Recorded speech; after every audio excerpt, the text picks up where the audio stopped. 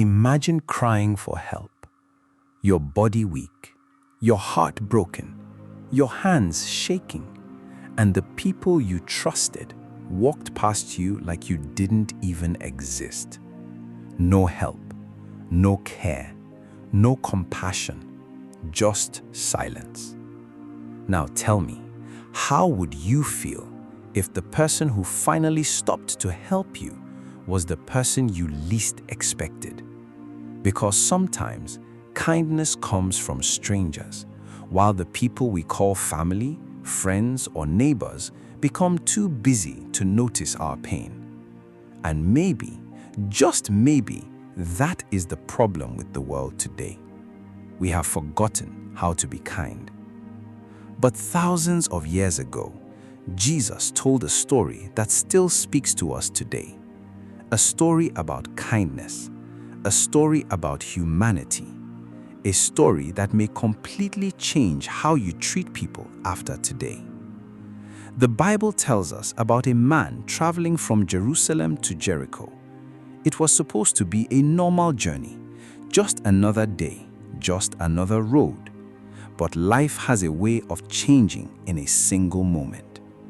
Suddenly, thieves attacked him. They beat him mercilessly, took everything he had, left him wounded, bleeding, broken, and half dead on the roadside. Can you imagine that moment? Alone, in pain, wondering if this was how life would end. Maybe he cried for help. Maybe he whispered, "Please, somebody help me." Then finally, footsteps, hope. Someone was coming, a priest, a man of God. Surely this man would help. Surely kindness had arrived.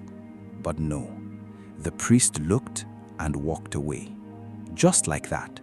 No compassion, no helping hand, nothing.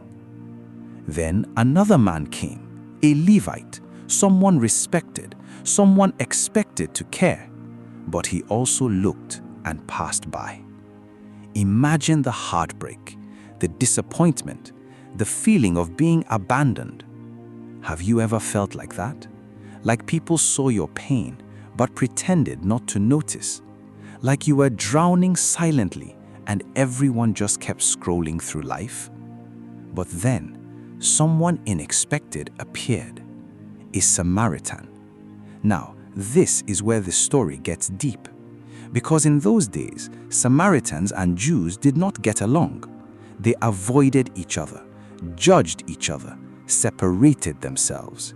Yet, the very person society expected to ignore him stopped, looked at his wounds, and felt compassion. Not pity, compassion. He cleaned his wounds, placed him on his own animal, took him to an inn, paid for his care, and even promised to return if more money was needed. Think about that for a moment. A stranger showed more kindness than the people who should have cared. And maybe this story is not just about them. Maybe it is about us. How many people around us are silently hurting? Your neighbor smiling outside, but crying inside. Your friend saying, "I'm okay," but secretly falling apart. Your spouse, your child, your parent, your colleague, even the stranger beside you. Sometimes kindness is not money. Sometimes kindness is a message, a phone call, a prayer, food for someone hungry, listening when someone feels invisible, checking up on somebody, helping without expecting anything in return. Because you never truly know what battle someone is fighting. Some people are one act of kindness away from giving up or healing. One kind word, one helping hand, one moment of love. And in a world becoming colder every day, kindness has become rare. But maybe you can be different. Maybe God wants you to become the answer to someone's prayer. Maybe someone around you is waiting for kindness, and they don't even know it yet. So today, I want to ask you something. When people are hurting, will you walk past them or will you stop? Will you become like the priest who saw pain and ignored it? Or will you become like the Good Samaritan who chose kindness even when it was inconvenient?